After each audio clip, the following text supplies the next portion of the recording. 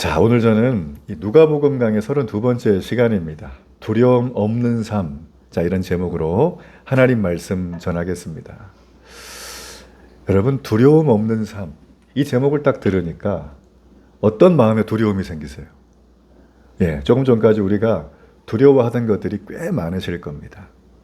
제가 조금 전에도 광고 시간에 말씀을 드렸지만 오늘 다뤄야 될 주제가 두려움이라는 건데, 두려움이라는 세 글자 뒤에는 오늘 여기 보면 위선, 외식, 그 다음에 누룩, 뭐 이런 여러 가지 운유적인 장치들이 포함이 되어 있어요.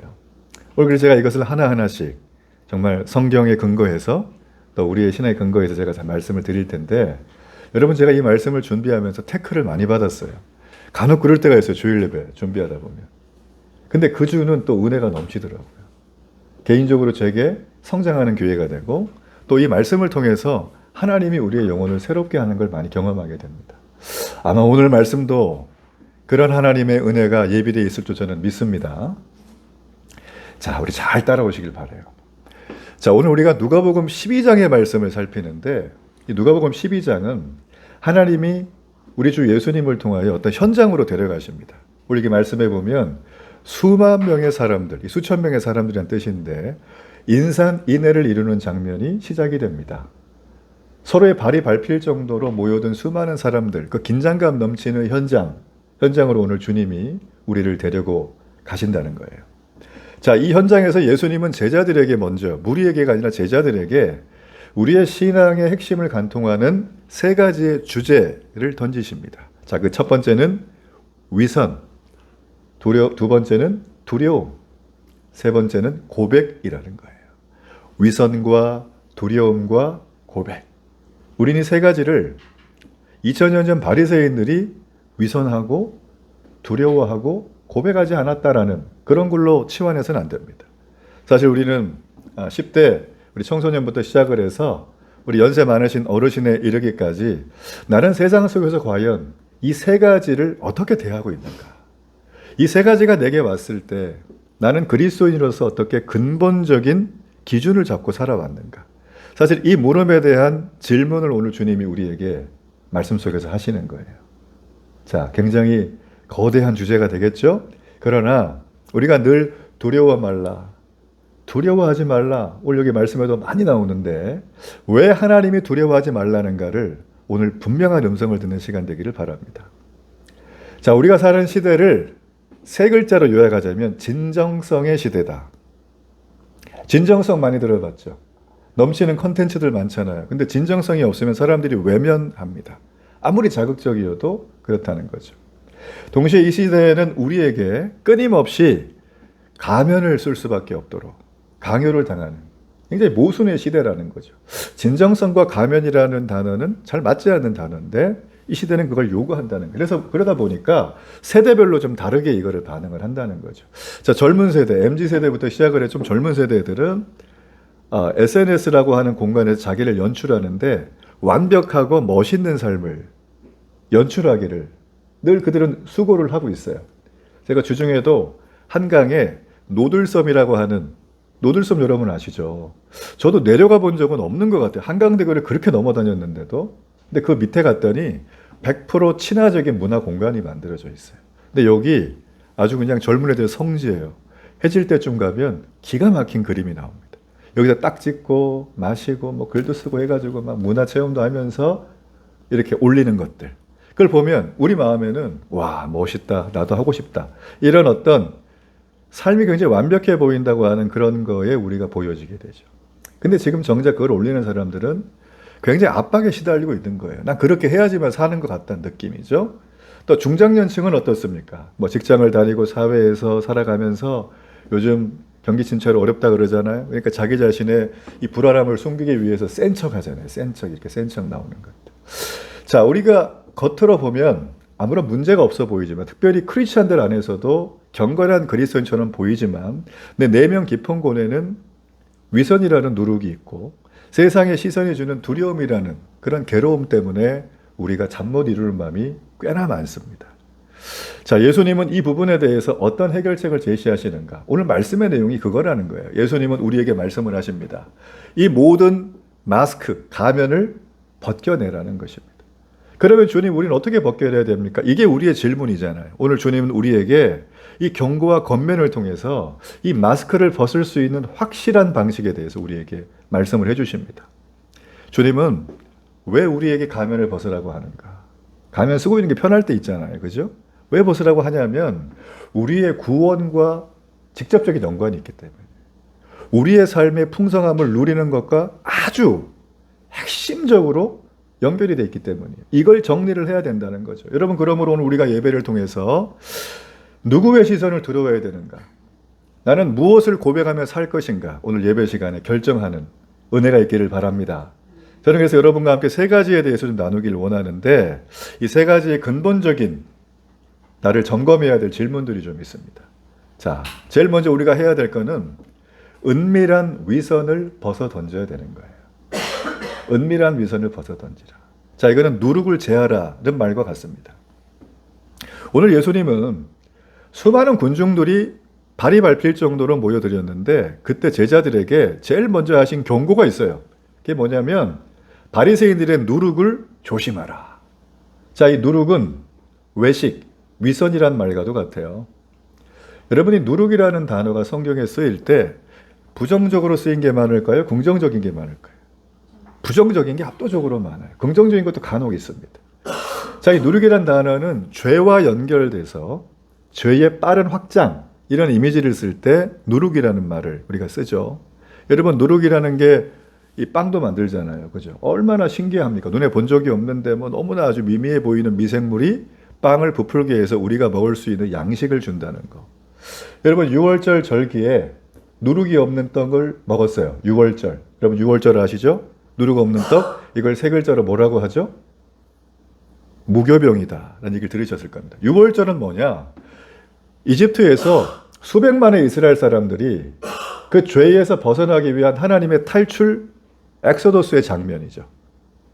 그걸 탈출하면서 그들이 했던 결단은 누룩이 없는 빵을 먹는 거예요. 식사로. 이유는 뭘까요? MSG 안 친, 가공이 안 된 천연 하나님이 주신 재료만 가지고 난 살겠다는 거예요. 무교병이라고 하는 영적인 의미가. 여러분, 그 신약에 보면 사도 바울이 이 누룩의 비유를 통해서 신약 교회, 이제 막 생긴 교회를 향해서 적용을 하는 말을 할 때 이런 얘기를 합니다. 누룩 같은 죄악이 퍼지면 안 되니까 신속히 처단하라. 누룩은 작지만 그 작은 죄악이 교회 공동체를 흔들 수 있다는 거예요. 여러분, 그러면 누룩을 제한다는 것은 단순히 내가 정결해진다, 깨끗해진다 의미를 넘어서는 거죠. 내 삶의 모든 영역에 있어서 어떤 주제를 단절해야 되는 것, 차단해야 되는 거죠. 그게 뭘까요? 바로 죄라는 거예요. 여러분, 우리가 영성이 좋아요, 신앙이 좋으세요, 믿음으로 사시는 것 같아요 라고 얘기할 때 그 사람의 상태를 보면 꽤 죄와 멀리 삽니다. 죄 짓는 요소와 환경을 의도적으로 만들질 않아요. 그런 분들 보면. 그런 분들 보면 참 매력적이죠. 나도 저렇게 하고 싶다라는 것입니다. 자, 그런 얘기를 한다는 거죠. 이 누룩이란 말은 위선이란 말인데, 이걸 원어로 보면 가면을 쓴 배우라는 뜻이에요. 여러분, 배우들 아시죠? 뮤지컬 있기 전에 옛날에 연극 무대에서 가면을 쓰고 나와가지고 하면 그 사람이 나이가 많은 사람이라도 젊은이 가면을 쓰고 옷을 입고 나오면 젊은 사람이 되는 것이고, 이 사람이 원래는 착한 사람인데 범죄자의 가면을 쓰고 나오면 악한 사람의 모습이 될 수 있는 것입니다. 그러니까 위선이라는 얘기는 단순히 거짓말을 하는 정도의 의미가 아니에요. 가면을 내가 뭘 쓰냐에 따라서 역할이 달라지는 거예요. 우리도 가면 쓸 때 있잖아요. 그렇죠? 네. 이 자리에 가면 이것 쓰고 저것 쓰고 저것. 저는 쓰지 말라는 소리를 하는 게 아니라 이 가면이 출처가 바로 그렇게 되어 있었다라는 것입니다. 그런데 중요한 게 뭔가, 이 바리새인들의 노력을 왜 주의하라고 하셨는가? 이들은요, 연극 무대에서만 가면을 써야 되는데 일상생활에서도 쓰는 거예요. 이게 문제인 거예요. 나 강상준인데 일상생활에 나는 김상준도 되고 막 박상준도 되고 막 이러는 거예요. 가는 데마다 막 달라지는 거예요. 여러분, 그렇게 되면 정상적인 게 아니라는 것입니다. 자, 그러면 바리새인들은 어떤 가면을 동네마다 쓰고 다녔는가? 그들은 율법이라고 하는 점수판에 가면을 썼어요. 율법을 잘 지키면 하나님이 이뻐해. 율법을 잘 지키면 복받아. 율법 잘 지키면 끝내 구원받거든. 너네는 부정한 이방인들 아니니? 이렇게 딱 점수판을 매기고 돌아다니는 것이죠. 그러면서 어떻게 했는가? 난 하나님 앞에 잘했어. 이걸 자기의라고 해요. 내 의를 하나님 앞에 막 어깨를 뿜뿜 하는 거죠. 과시를 하는 것입니다.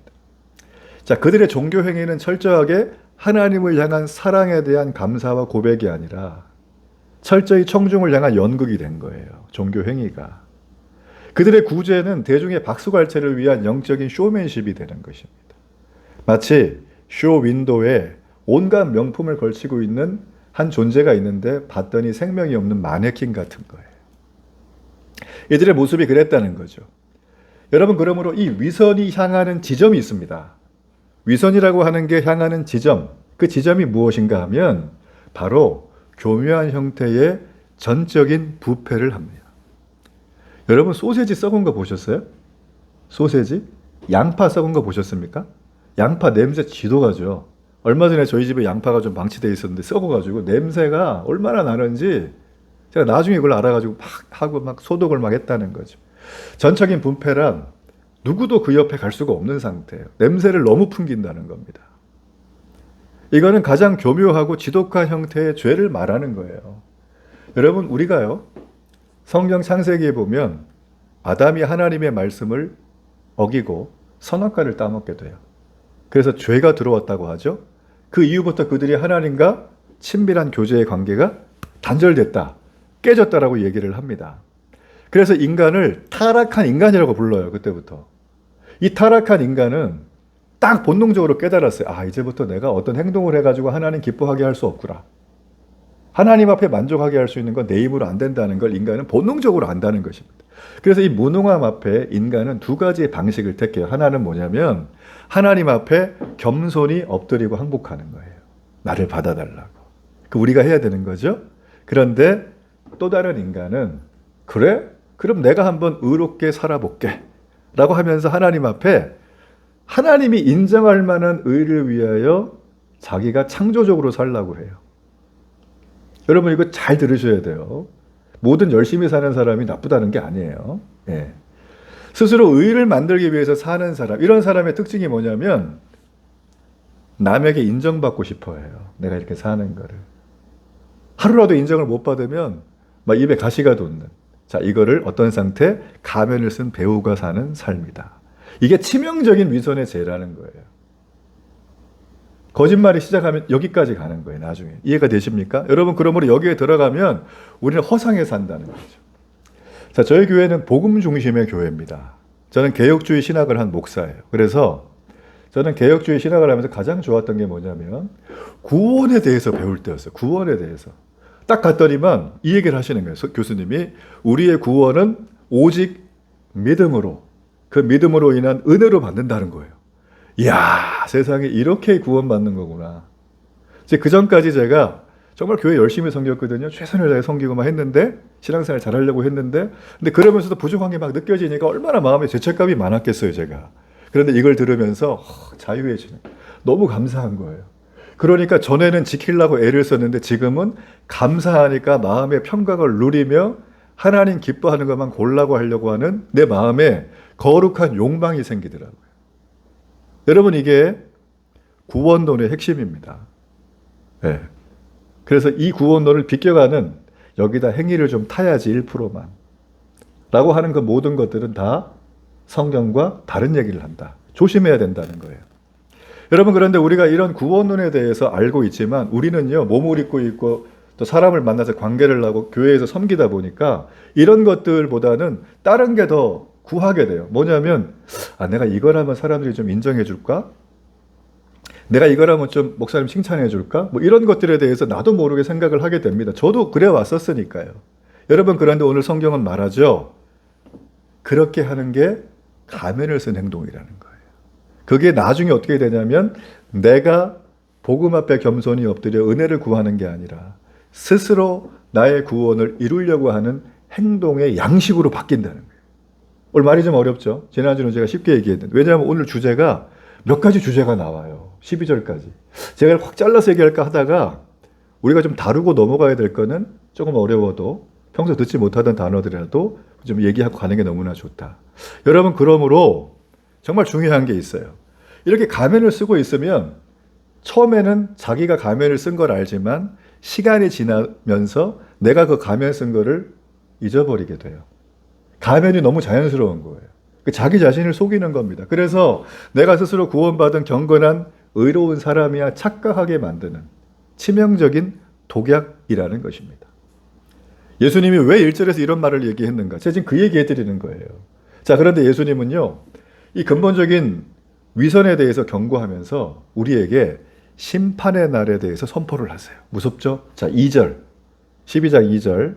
자, 감추인 것이 드러나지 않을 것이 없고 숨긴 것이 알려지지 않을 것이 없나니라고 했어요. 자, 여러분 이 말씀을 딱 읽으니까 마음에 야, 큰일 났다. 나 숨긴 것도 많고 감출 것도 많은데 어떻게 하면 좋냐. 내가 했던 말, 행동들 막 얼마나 되게 많잖아요. 그래서 혹자는 이걸 딱 한 다음에 야, 내가 은행 계좌가 스위스에 있는데 빨리 정리를 해야겠다. 막 이렇게 결단하는 분도 저는 생길 것 같아요. 여러분 이 말은요, 그냥 우리에게 윤리적으로 살아라고 던지는 권면이 아닙니다.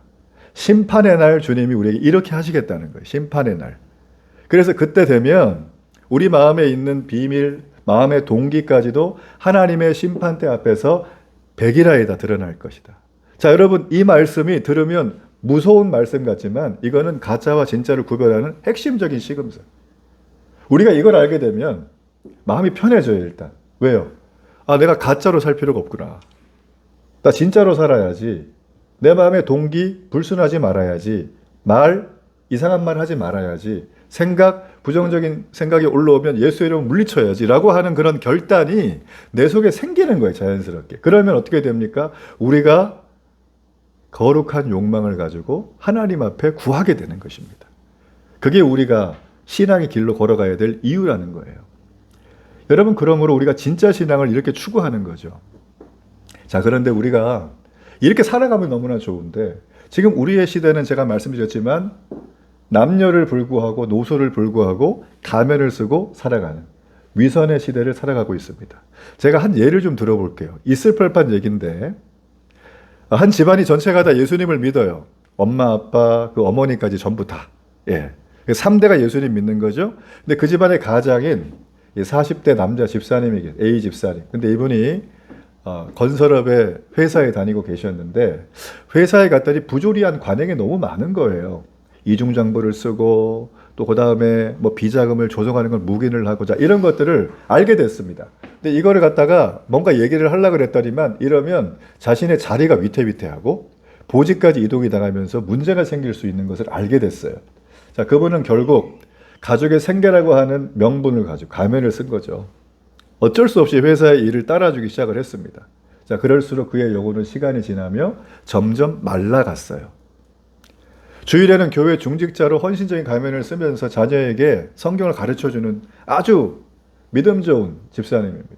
근데 주중에는 회사만 출근하면 죄에 눌려가지고 점점 하나님 앞에 개인의 예배와 개인의 기도와 개인의 말씀이 말라가고 있는 거예요. 그의 아내는 남편이 이런 걸 알게 됐어요. 그럼에도 불구하고 그의 아내는 여전히 가정이 무너질까 봐 두려워서 침묵하면서 완벽한 아내의 가면을 쓰고 있는 거예요.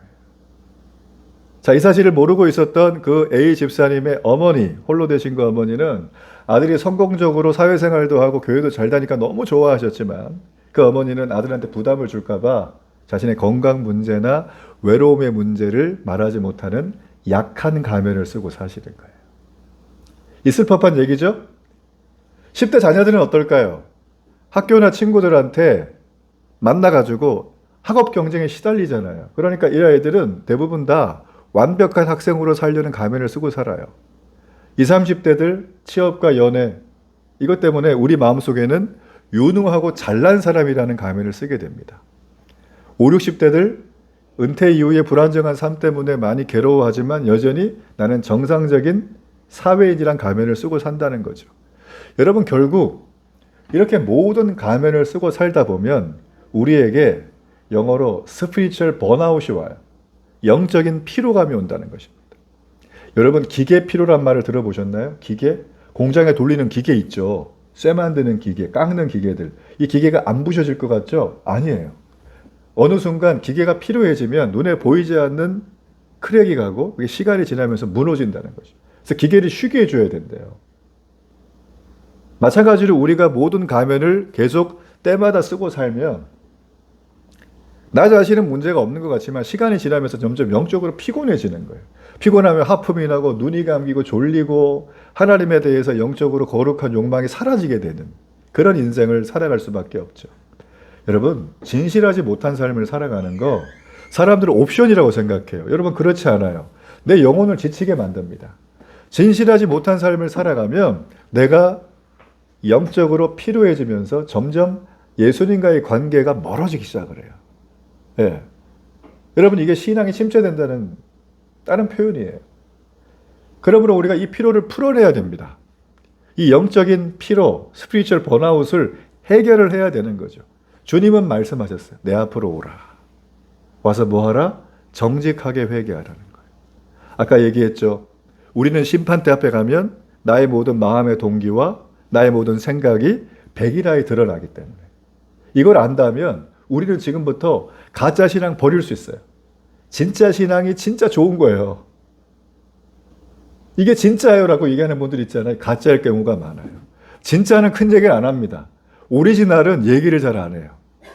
요즘 어떤 메이커들은 오리지널인데 이렇게 메이커 표시도 이제 안 한다 그러죠. 오리지널이라서. 그렇죠? 굉장히 또 특이한 판매 방식이에요. 여러분, 그러므로 우리가 모든 가면을 벗어 던지는 건 괴로운 게 아니라 내가 자유해지고 내가 해방을 얻는 그런 길이라는 걸 우리에게 오늘 3절까지 주님은 보여주셨다. 여러분, 우리의 모든 마스크를 벗기를 바랍니다.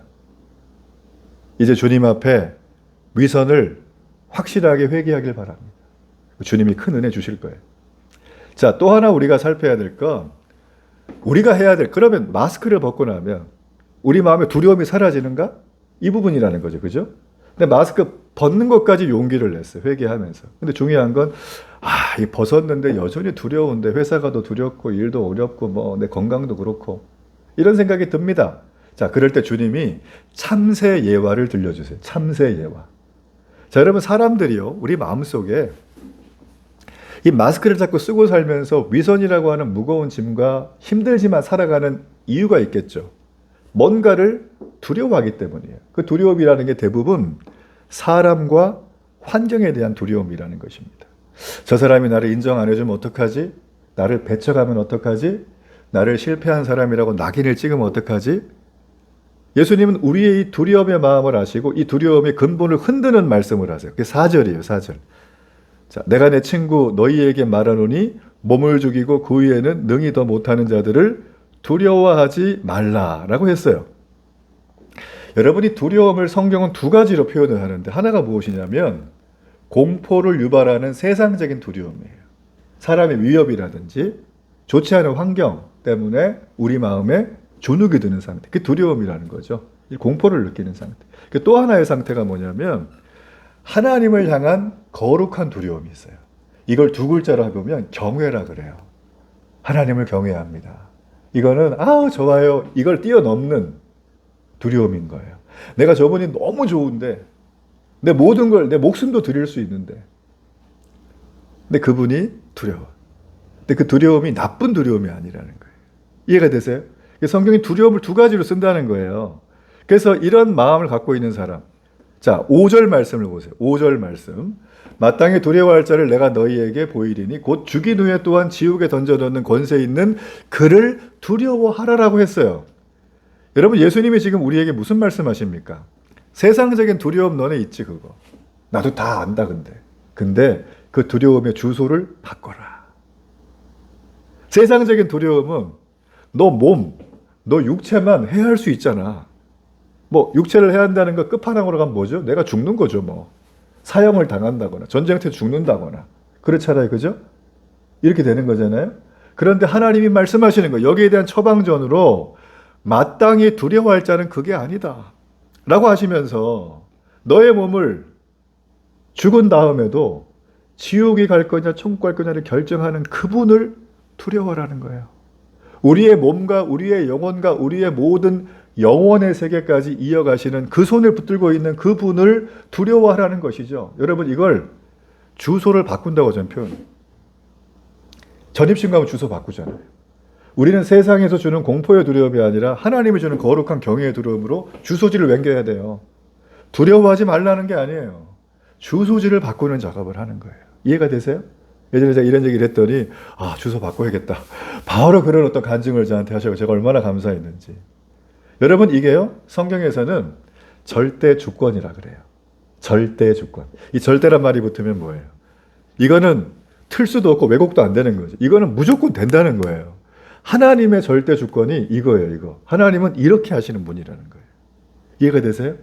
여러분 그러면 교회를 다니고 예배를 드린다는 건 이 하나님의 절대 주권 안에서 우리가 그분에게 내 마음을 드리고 그분의 손에 내 운명과 영혼에까지 달려있다는 걸 고백하는 거죠. 여러분 그러므로 이런 사람의 태도는 달라져요. 어떻게 달라지느냐? 우리가 사람을 두려워하고 사람에게 인정을 구하려고 하는 것은 사람은 창조주예요? 피조물이에요? 사람.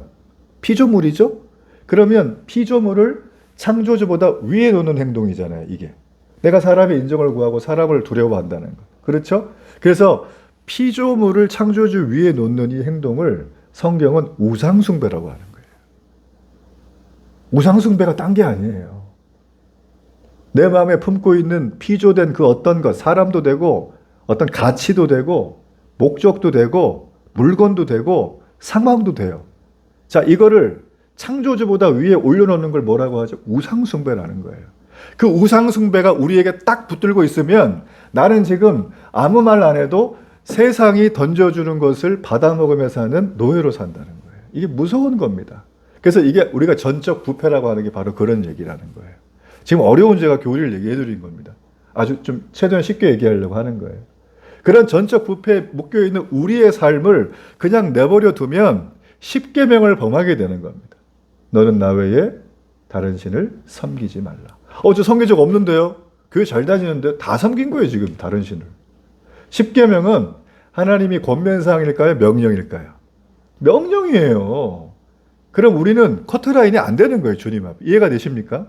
그러므로 우리의 의를 가지고 두려움을 해소하고 우리의 의를 가지고 위선에서 벗어나고 마스크를 벗을 수 있는 방법은 있다 없다? 단 한 번도 없다라는 거예요.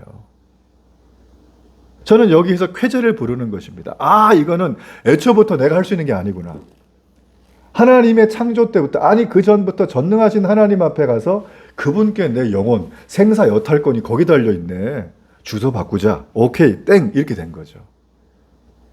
저는 이 사실을 아주 젊은 청년 시절에 깨닫고 얼마나 기뻤는지 몰라요. 여러분도 깨닫기를 바랍니다. 성령이 주시길 바라요. 자, 그런데 중요한 건 6절을 보세요. 예수님은 강력한 경고를 한 다음에 주눅든 우리에게 놀라운 위로의 메시지를 주세요. 6절에 보면 참새 5마리가 두 아사리온에 팔리는 것이 아니냐. 그러나 하나님 앞에는 그 하나도 잊어버리시는 바 되지 아니하는도다라고 되어 있어요. 재미있는 이제 예화가 나오는 거예요. 자, 이걸 여러분 하나님의 섭리라고 해요. 자, 여기 보면은 참새 한 마리가요. 당시에 이 금액으로 따지면 코스트가 얼마나 했는가? 이 노동자 한 사람이 30분 일하면 받는 돈의 가격이 참새 한 마리예요. 근데 여기 보면 참새가 지금 몇 마리죠? 참새 5마리. 이게 두 아사리온이니까 지금 한 아사리온으로 참새 2마리 사는 거죠? 근데 한 마리 더 줬네, 보너스로. 그죠? 예. 2마리, 아사리온 2개 줬더니 참새 한 마리 보너스 더 준 거예요. 그러니까 참새가 얼마나 흔하고 하찮았던 거예요. 여러분 근데 보세요. 이 참새 한 마리를 하나님이 어떻게 하세요? 하나라도 잊어버린 바 되신 적이 없다. 자, 이 얘기는 뭘까요? 하나님이 세밀한 계획과 목적 아래 참새 하찮은 걸 돌보고 있다는 거예요. 근데 하물며 너희들이 지금 두려워 떨고 있냐? 하나님의 세밀한 섭리를 말하고 있는 것입니다. 그래서 주님이 말씀하세요. 나는 참새 한 마리 이렇게 극진해서 보살피거든. 그리고 내가 너희들한테는 머리털도 다 셌다. 날마다라고 말을 하십니다. 여러분 우리의 머리털 개수가 몇 개나 되겠습니까? 한국인의 머리털 평균적으로 대충 찍어보세요. 몇 개? 100만 개는 아니에요. 보통 100만 개 얘기하는데 큰일 나요. 그러면 막 얼굴이 다 머리털이에요. 7만 개에서 10만 개 정도랍니다. AI가 얘기하더라고 나한테. 한 10만 개를 보자는 거죠. 우리의 머리털. 근데 금발의 머리털들이 한 12만 개 된답니다. 금발. 와, 금발은 더 많은 것 같아요. 하여튼 흑발이 좋은데. 하여튼 간에. 자, 머리털을 세신 바 된다는 거예요. 근데 우리가 매일 머리털 개수가 변하잖아요. 근데 변하는 머리털 개수 가지고 우리가 막 힘들어 합니까? 그러진 않죠. 우리는 관심도 없어요. 그런데도 불구하고 하나님은 사소한 변동사항까지 완전히 파악하신다는 거예요. 그 머리털을. 그러면 우리는 어떻게 여기시겠습니까? 여러분, 하나님의 세밀한 돌보심을 꼭 경험하시길 바라요. 우리의 머리털을 세는 분은 하나님밖에 없습니다. 그분은 우리의 생명과 운명에 대한 하나님의 모든 것들을 다 붙들고 계세요. 그러니까 여러분, 우리는 사람한테 두려워할 필요가 없고 세상에 짓눌릴 이유가 하나도 없는 것입니다. 우리가 다 경험을 했죠. 2000년대 중반에 이미 전 세계적인 글로벌 금융 위기가 왔어요. 그렇죠? 그래서 저기 우리 미국의 월가에서 완전히 주식이 폭락하니까 저 한국에 있는 충청도의 어떤 할머니가 농약 먹고 돌아가셨어요. 투자한 게 다 날라가가지고. 미국이 그랬는데 왜 여기 계신 분이 돌아가셨을까? 저는 그게 되게 궁금했어요. 그때 잘 몰랐어요. 그러나 우리가 그때 그걸 경험하면서 얼마나 많은 어려움이 경험했습니까? 최근에 우리가 경험했던 이 팬데믹, 코로나 팬데믹 때도 수많은 사람들이 자영업자가 도산을 하고 가정이 붕괴가 되고 나라가 흔들리고 어떤 데는 부도를 맞고 했던 것들을 우리가 기억을 하고 있습니다. 여러분, 이렇게 사회적 불안이 증가를 하게 되니까 20, 30대 사이에 새로운 신조어가 등장했어요. 영끌, 비투. 여러분 들어보셨죠? 영끌, 비투. 다 아시죠, 이거? 무슨 뜻인지, 그죠? 그러니까 이 사람들, 20, 30대 친구들이 이걸 왜 신조어를 만들었냐면 내 불안한 미래를 대비하기 위해서 재테크를 하겠다는 거예요. 그들은 좋은 직장, 안정된 자산이 없으면 난 사회에서 낙오할 것 같은 가난에 대한 두려움이 있습니다. 사람 다 그렇게 생각을 하죠. 또 40, 50대들은 어떨까요? 조기 퇴직을 했어요. 노후 준비 압박이 있어요. 자녀 교육 문제가 있어요. 그러면 책임의 두려움에 시달려요. 40, 50대들이 그렇잖아요. 그리고 60대 이후에 계신 분들은 건강에 쇠퇴가 있고 외로움이 있고 사회적 역할의 상실에 대한 소외의 두려움이 있다는 것입니다. 자, 이 모든 두려움의 핵심이 뭘까요? 내 힘으로는 통제가 안 되는 불안정성이 핵심이라는 거예요. 다 우리 경험하는 것입니다.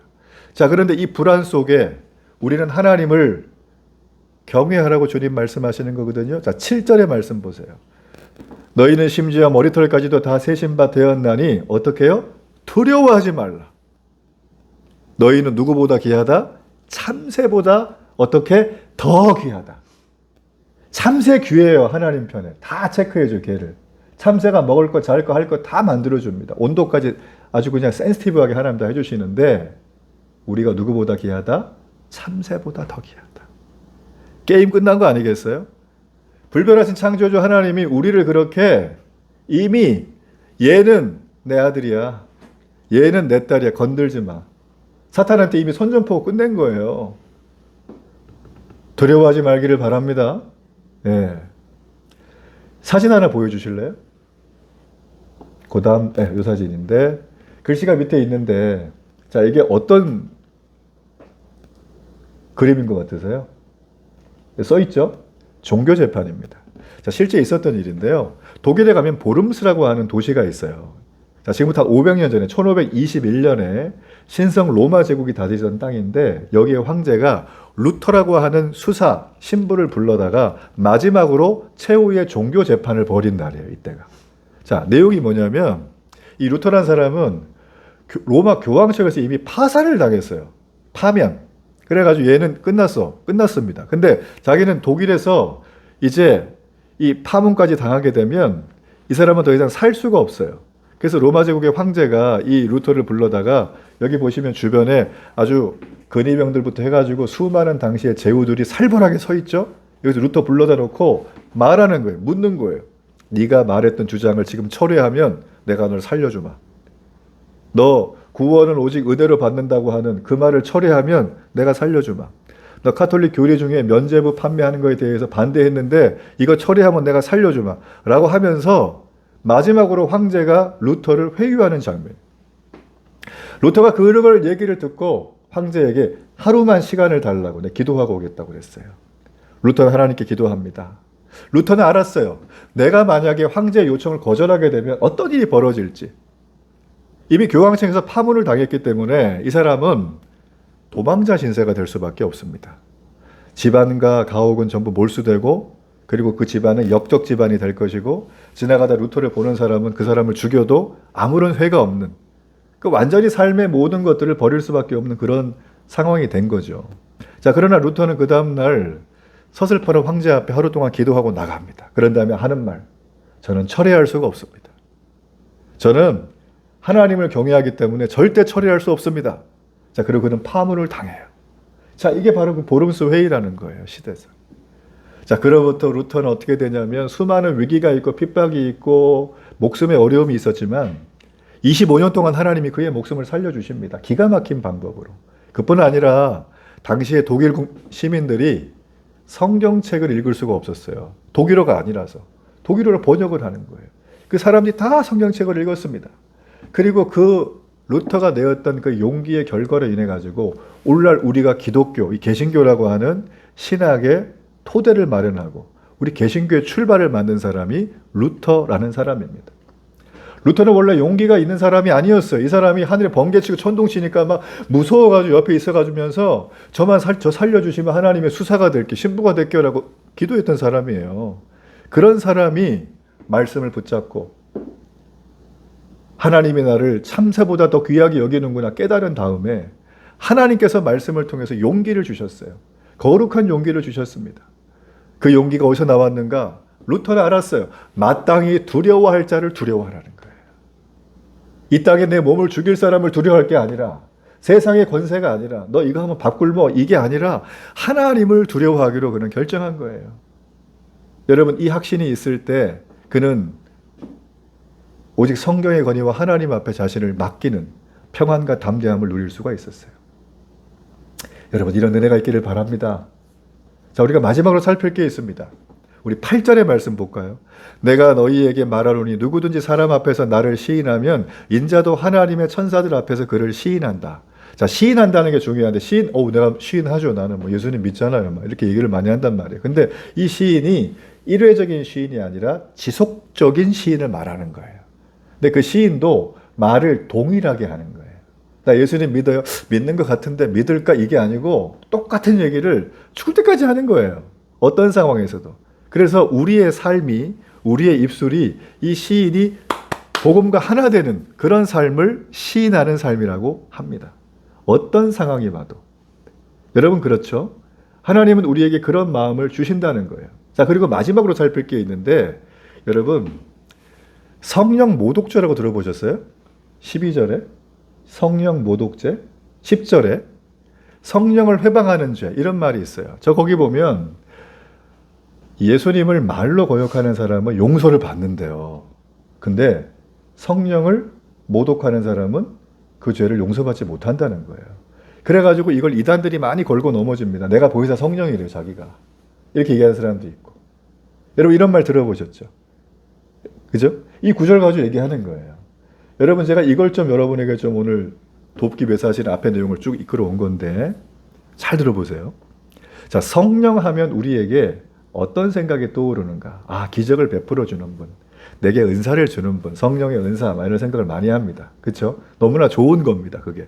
자, 성령님의 원래 역할은 보혜사, 파라클레토스라고 우리를 돕는 분이세요. 돕는 게 세 가지예요. 제일 먼저 뭐냐면 조명을 켜주세요. 이게 조명. 조명을 켜면 글자를 볼 수 있죠. 진리를 볼 때 조명을 켜주면 깨달아져요, 우리가. 그걸 합니다. 그럼 진리를 깨달아지면 우리가 삶을 어떻게 살아갈까요? 예수님 닮아야지. 이게 성화라고 해요.